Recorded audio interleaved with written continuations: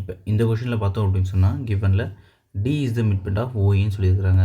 அப்போ இந்த D point வந்துட்டு இந்த ஓவராலாக இருக்க இந்த ஓஇ லைனுக்கு மிட் பாயிண்ட்டுன்னு சொன்னதுனால இந்த லென்த்தும் இந்த லென்த்தும் நமக்கு ஈக்குவலாக இருக்குமா? ஏன்னா டீன்றது சென்டரில் இருக்குது, மிட் பாயிண்டில் இருக்குது. ஆமாவா? இப்போது ஒரு சென்டென்ஸ் எழுதிக்கலாம். ஓடி ஈக்குவல் டு டின்னு எழுதிக்கலாம். இது since T is the mid point of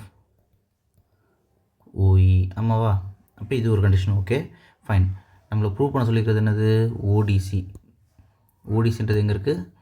இந்த ஓடிசின்ற ட்ரையாங்கிளும் தென் இடிசி இந்த ட்ரையாங்கிளும், இந்த ரெண்டு ட்ரையாங்கிளும் நம்ம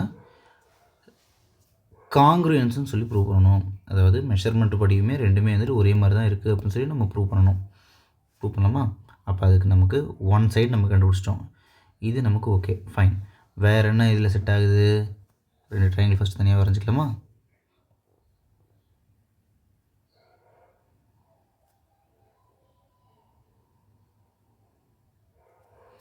ரெண்டு ட்ரையாங்கிள் வரைஞ்சிட்டோம்.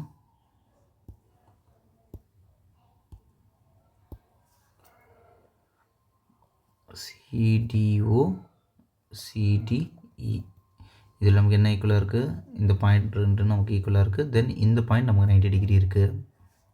அப்போ ஆங்கிள் சிடிஇ ஈக்குவல் டு ஆங்கிள் சிடிஓன்னு நான் எழுதுகிறேன். இது இந்த பாயிண்ட்டும் இந்த பாயிண்ட்டும் அது எப்படி ஈக்குவலாக இருக்கும்? சின்ஸ் நமக்கு CDE angle equal to 90 degree and they both lie on a straight line. Straight line மேலே தானே இருக்குது. அப்போ ஸ்ட்ரெயிட் லைன் மேலே இருக்குது பண்ணும்போது ஒன் சைடு ஆல்ரெடி 90 டிகிரி. அப்போ ரிமைனிங் எவ்வளோ இருக்கும்? 90 டிகிரி தான் இருக்கும். அப்போ இந்த ரெண்டு ஆங்கிள் ஈக்குவலாக இருக்குமா? அப்போ ஒரு சைடு சொல்லலாம், ஒரு ஆங்கிள் சொல்லலாம். தென் சிடி ஒரு காமன் சைடா இங்கேயும் இருக்குது, இங்கேயும் இருக்குது. அப்போ அதோட லென்த்துமே நமக்கு ரெண்டு ஈக்குவலாக தானே இருக்கு.